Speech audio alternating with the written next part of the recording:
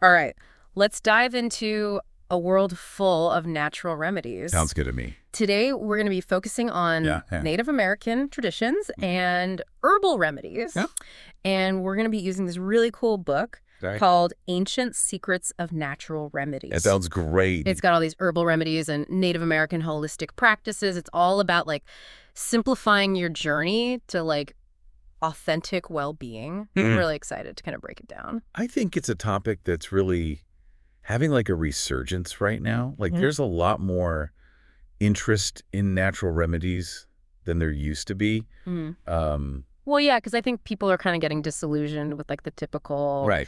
Go to the doctor, pop a pill kind of thing. There's got to be more to it. And so this book is really about like taking control of your own well-being. It's about like a holistic approach. Yeah. It's not just about treating the symptoms, but understanding like the root causes. You've got like the physical, the mental, the emotional. Yeah, spiritual. It's all interconnected. You can't just treat one thing in isolation. Absolutely. And, I think it's important to say up front that this book, it does cover a lot of different traditions from around the world. But we're going to be focusing mostly on the ones that are readily applicable to us. To our daily lives? Yeah, to our daily life. So like the herbal remedies that we can easily find or grow ourselves. And then, of course, the Native American perspective. Yeah. I'm particularly interested in their approach to health. I am too. Because it's so holistic. It is. And they have such a deep respect for nature and understanding of how we're all interconnected, not just with each other, but with the planet as a whole. It's really beautiful. Okay, so before we get too deep into the Native American perspective, I want to talk about some of these remedies because, let's do it. Oh my gosh, the book is just packed with them. It is. It is. There's so much in there. It's like a treasure trove. Yeah. And some of them are so simple. Like, absolutely simple. Like you don't have to have a degree in herbalism to make these things. Like, okay, for example, one of the first ones that I was like, oh my gosh, I have to try this. Okay. It's the garlic and honey tonic. Oh, have you ever heard of this? That's a classic. Okay, so you just basically mince up some garlic, you mix it with raw honey, and you let it infuse for a couple of days. Yeah. And that's it. That's it. You've got this potent immune-boosting tonic. Well, and think about it. Both of those things are already like antimicrobial on their own. Right. So you're like doubling down on the immune support. Exactly. Yeah. And the book talks about how it's so good for warding off colds. Oh, yeah. And just boosting your overall immunity. Definitely. I mean, especially during cold and flu season. Yeah. Having something like that on hand. Yeah. Can make a big difference. Now, for something a little more unique. Yeah. The astragalus root soup. Oh, interesting. Have you ever cooked with astragalus root? Yeah. Okay, tell me about it. Well, so astragalus is actually considered an adaptogen. So that means that it helps your body adapt to stress. Oh. And, stress can wreak havoc on our immune systems. Oh, yeah. So astragalus can be really helpful for just overall immune support. So is it like a powder? Or is it? You can get it in powder form. Okay. But you can also get it as a root. It's kind of like a woody root. Okay. And you can simmer it and make a soup out of it. Oh. Or you can add it to other soups. So it's like a long simmer. Yeah, long simmer to really extract all those good medicinal properties. So you're not just like eating it for the taste, you're eating it for... You're eating it for the medicine. The medicinal properties. I love that. It's like food is medicine. Because that's what they did back then. Yeah. Like they didn't have this separation between food and medicine. It was all interconnected. Yeah, it wasn't like, oh, I'm sick, now I need to take this pill. It was like... It was preventative. What am I eating every day? And how is that nourishing me? It's such a different mindset. It is. Okay, so... Moving on to digestive health, I was really surprised by how many different remedies the book offers for digestive issues. Digestion is key, right? Right. Like if your gut's not happy, nothing's happy. Nothing's happy. It's the foundation of live Vestries. Okay, so one that I thought was really interesting was the peppermint oil capsules. Oh, yeah. Peppermint oil is fantastic. Okay, so tell me a little bit about this because I know... Peppermint tea is really good for digestion. Yeah. But I've never heard of taking it Yeah. in capsule form. Well, peppermint oil is really potent, Oh. and it has compounds in it that can relax the muscles Oh, okay. in your digestive tract. So it's not just like a masking effect. It's actually addressing Exactly, yeah. the underlying issue. It's actually helping to calm things down. So how do you even make peppermint oil capsules? Well, you can buy them pre-made, Okay. or if you're feeling adventurous, you can make them yourself. Oh, wow. You just get some empty capsules, Mm-hmm. and you carefully dilute peppermint oil with a carrier oil, like olive oil Okay. or coconut oil. And then you fill the capsules. Oh, that's so cool. I mean, It's pretty a straightforward. little DIY project, but it's cool to know that you can do that. Yeah.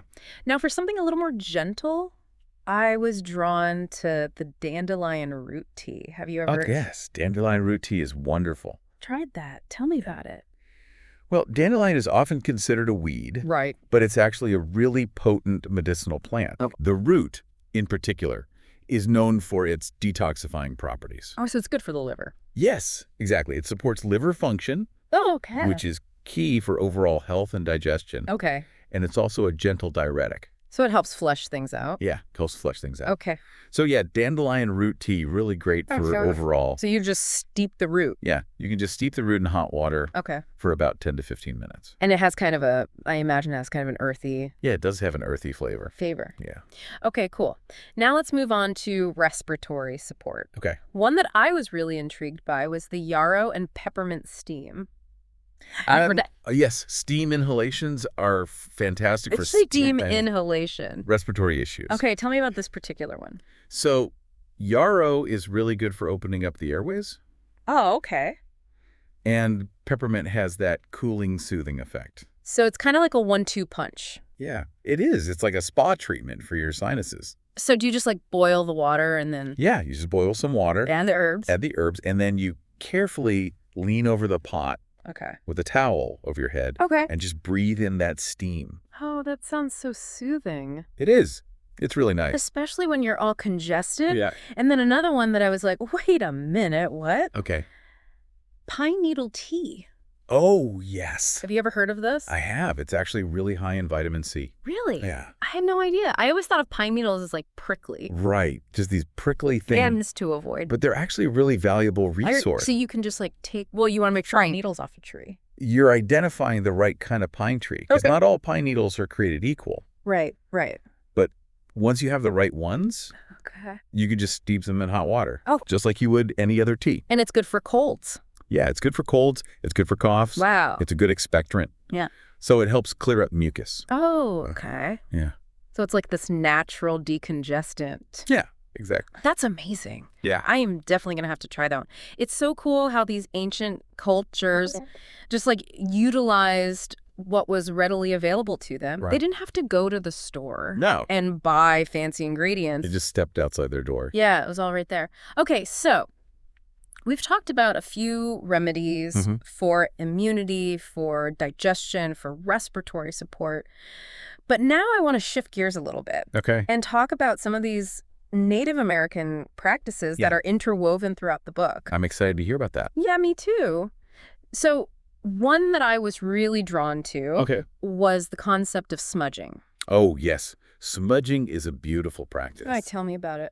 So smudging is a ritual that uses sacred herbs like sage, Okay. cedar, and sweetgrass. Okay. And you burn these herbs Okay. to cleanse negative energies. Oh, okay. So it's like an energetic cleansing. Exactly. It's about creating a sacred space, Mm-hmm. inviting in positive energy. And do you just like light the sage? Yeah, you would light Slice it around. sage bundle, or you can use loose herbs Okay. in a bowl, and you would waft the smoke Okay. around yourself or around a space. Oh, wow. I've always been so curious about smudge. I've heard about it, but I've never... Very powerful done it. Yeah. And it's important And you know what's really important with smudging? to use like ethics. Is making sure that you're sourcing your sage ethically. Okay.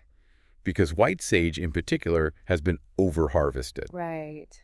So you want to make sure that you're getting it Yeah. from a sustainable source. That respects the plant Exactly. and the indigenous traditions. Absolutely. Okay, so another practice that I was really fascinated by Yeah. was the vision quest. Oh, yes. The vision quest. Okay, tell me It's a powerful one. a little bit about this. So the vision quest is a journey Okay. that's undertaken to seek guidance or healing. So you basically go out into nature. Yeah. You traditionally go out into nature alone, Okay. often fasting.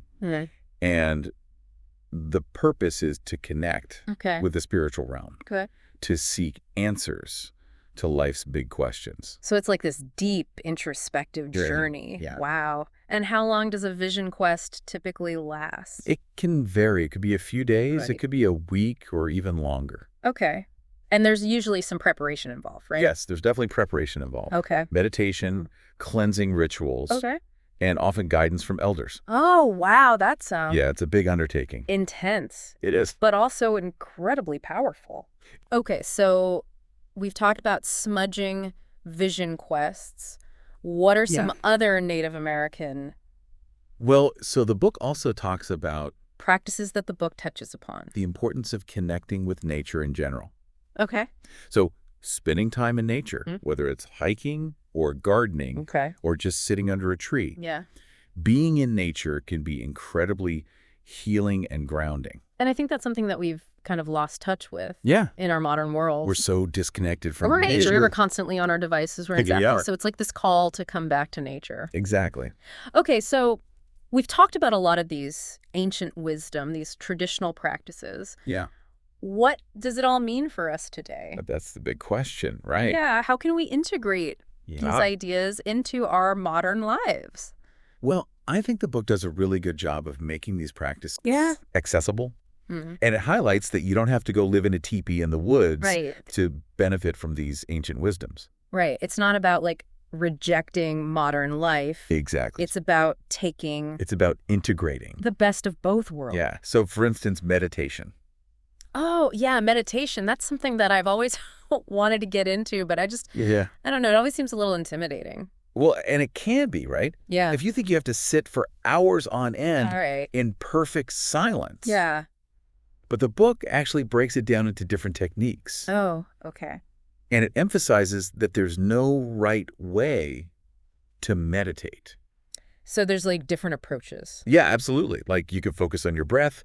You can use a mantra. You could do visualization. You can even do walking meditation. Oh, interesting. So it's not just like sitting still and No, it doesn't have to be. clearing your mind. Yeah. Okay. And the book And the benefits of meditation. mentions like Qigong and Oh, yes, Qigong. Reiki and chakra balancing. Yeah. Can you talk a little bit about those? So those are all practices that focus on energy. Okay. So the idea is that energy flows through our bodies, and when that flow is blocked or imbalanced, it can lead to health issues. Oh, I see. So these practices aim to restore balance. So they're kind of like unblocking the energy flow. Yes, like clearing out the energetic clutter. Okay. So Reiki involves a practitioner channeling energy to the recipient. Okay. Qigong combines gentle movements, Okay. breathing techniques, and focused intention. So it's like a moving meditation. Yeah, you could think of it that way. Okay. And then chakra balancing focuses on these 7 energy centers in the body. Okay. There are different techniques you can use to restore balance to the chakras. Okay. And so all of these practices, they're not just like woo-woo stuff. There's actually science behind. Yeah, and that's what I think is so fascinating, is that modern science is starting to catch up to this ancient wisdom. Okay, so we're seeing studies on like... Yes, we're seeing studies on the benefits of meditation, the effects of Qigong and Reiki, even how energy healing can influence our well-being. So it's like this bridge between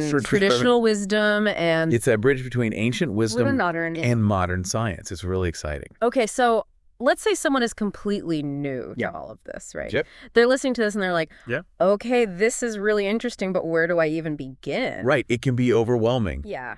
The book suggests starting with self-reflection. Okay. Like, what are your unique health challenges? Okay. What are your preferences? What are your goals? So, like, what am I actually struggling with? Yeah. Okay. And then once you have a better understanding of that, you can start exploring different practices that might resonate with you. So, for example, if someone is constantly feeling stressed, they might try incorporating some meditation or some... Exactly. Yeah. Or they might look at adaptogenic herbs. Adaptogenic herbs. Which are herbs that help the body adapt to stress. Oh, interesting. Yeah. So it's like a personalized approach. Absolutely. It's about finding what works for you. It's not a one-size-fits-all. No, there's no one-size-fits-all. Okay, cool. No, I do think it's important to say that with some of these more complex systems like Qigong or Reiki or chakra balancing, it's probably a good idea to seek guidance from a qualified practitioner. I would agree with that. Especially when you're working with energy, it's good to have someone who knows what they're doing. All right, so we've covered a lot of ground from remedies, Native American practices, meditation, energy balancing. What's next? Well, you know what's really cool about this book is that in our exploration of this book, it doesn't just talk about these practices in theory. It actually gives you practical ways to bring them into your life. Actionable advice. Yes, exactly. Okay, so what? So the next section of the book is all about kind of actionable advice does it give? Cultivating your own herb garden. Oh. Okay, so you're saying we can actually grow these herbs ourselves. Yeah, exactly. You can create your own little mini apothecary right in your backyard. That's so cool. And empowering, too. It is. It's very empowering. Yeah. And it's a great way to connect with nature. Yes. Okay, so tell me a little bit about... So the book talks about... herb gardening. Like, what do we need to know? Choosing the right herbs for your needs. Okay. Finding the right spot in your garden.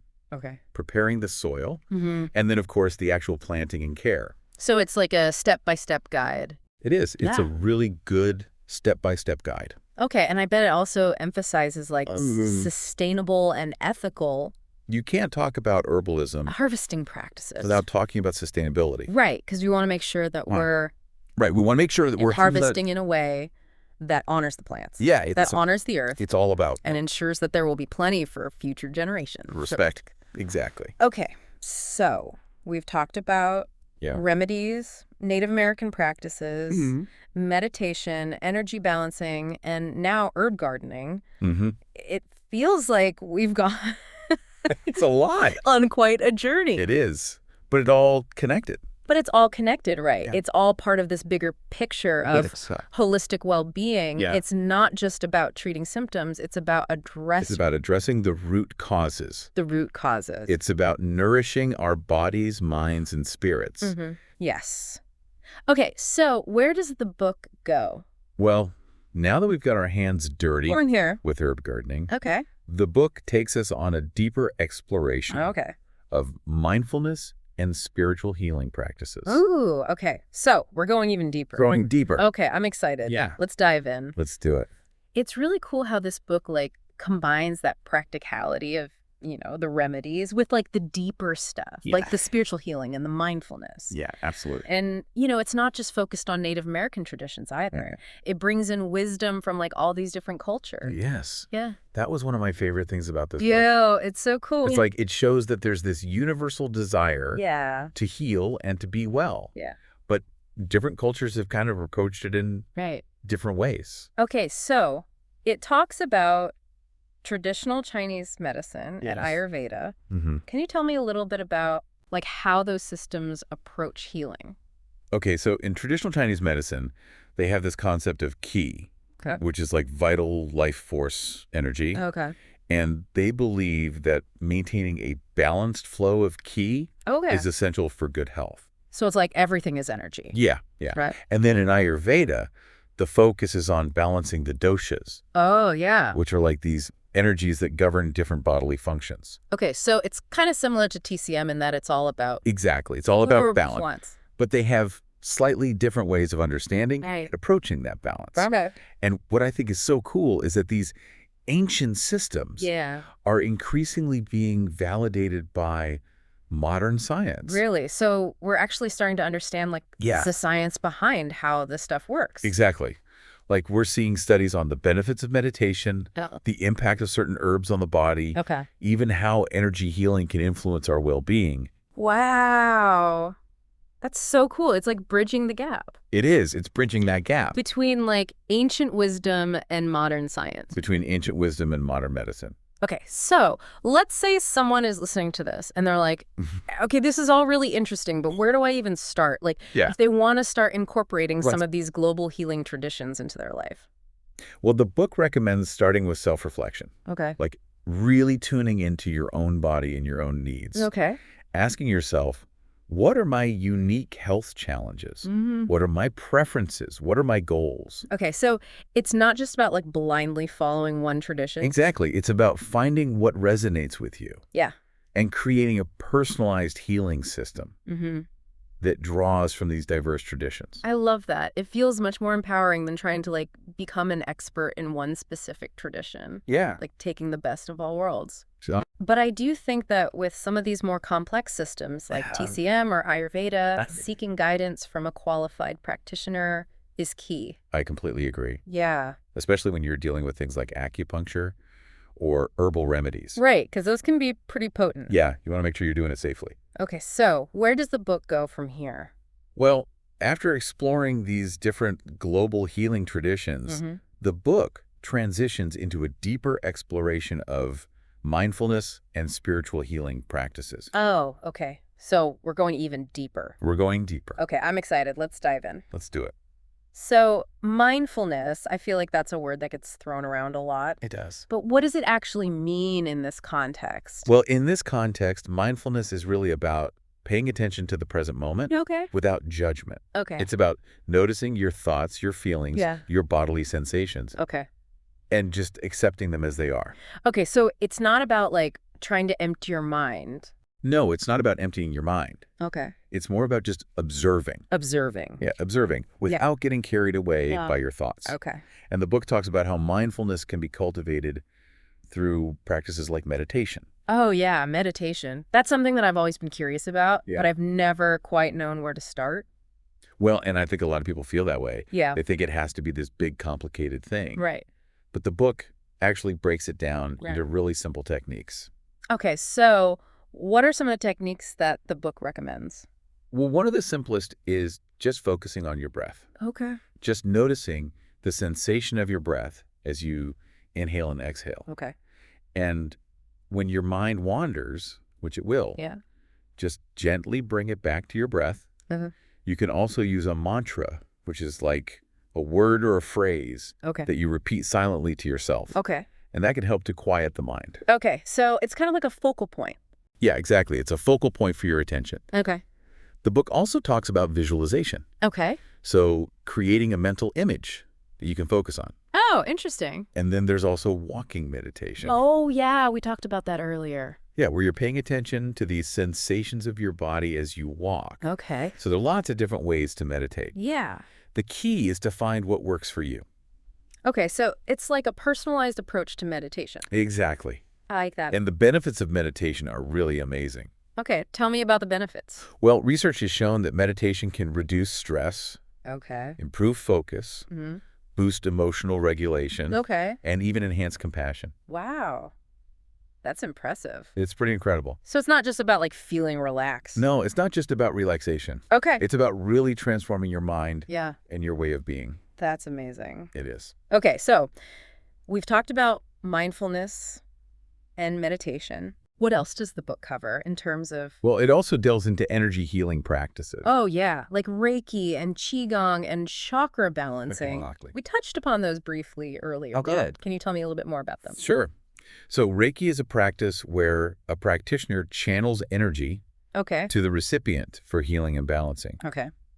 And it's based on the idea that we all have this life force energy that can become blocked or depleted. Okay. And Reiki helps to restore that flow. Okay. Qigong, we talked about earlier, combines gentle movements, breathing techniques, and focused intention to cultivate and balance qi. Okay. And chakra balancing focuses on those 7 energy centers in the body and uses techniques like meditation and visualization to restore balance to the chakras. Okay, so these are all practices that are working with energy. Yes. And I think for some people that can feel a little intimidating or even... Yeah, I can understand that. A little woo-woo. It can seem a little mysterious at first. But the book emphasizes the importance of finding experienced practitioners. Okay.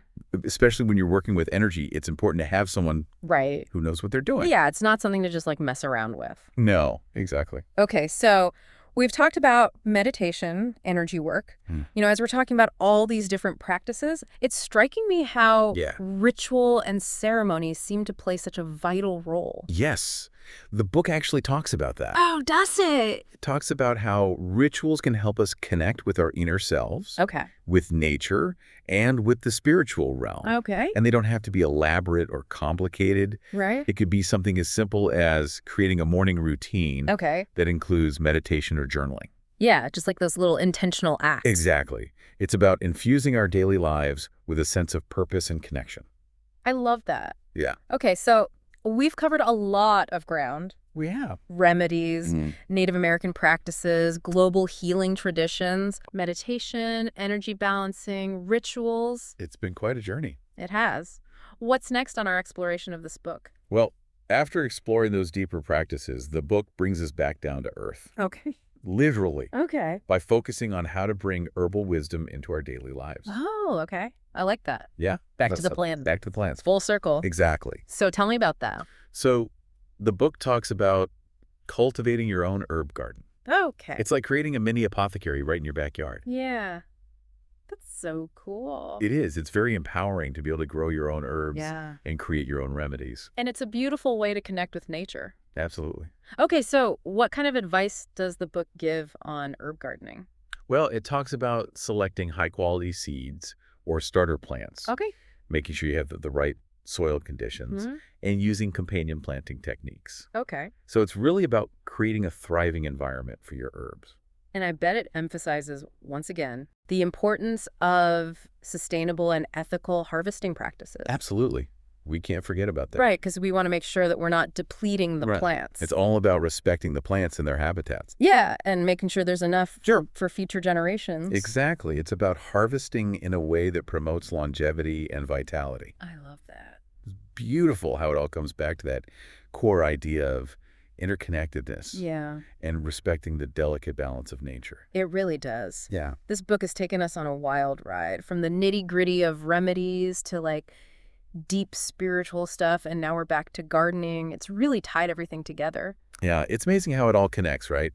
Like you can't really separate physical health from mental and spiritual well-being. It's all part of the same tapestry. It's shown how we can take those ancient practices and make them relevant today. That's what I really appreciate about it. Absolutely. It's not about living in the past. It's about taking that ancient wisdom and integrating it into our modern lives. You know, one thing that struck me is just how empowering this book is. Oh, yeah, totally. It's like it gives you permission to take control of your own health. You know, you're not just relying on doctors or pharmaceuticals. You're actively participating in your own well-being. I love that. I mean, we've talked about so many different practices and remedies. It's like a whole toolbox for healing. And speaking of tools, I was super impressed with the glossary in the back. Oh, yeah.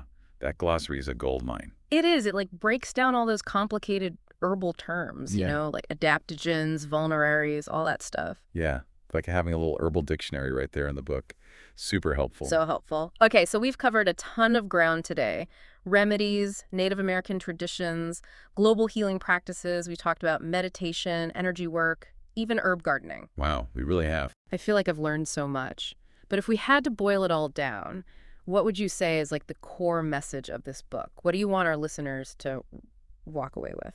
I think the biggest takeaway is that we all have the power to heal ourselves. Nature provides us with everything we need to support our well-being. It's true. It's all right there. It's just about remembering that and tapping into that ancient wisdom, you know? Exactly. And it's a journey. It's not about perfection. It's about taking small steps every day to move towards a more holistic and balanced life. This deep dive has honestly been such a game changer for me. I'm looking at health and healing in a whole new light. Me too. It's like a whole new world has opened up. It is.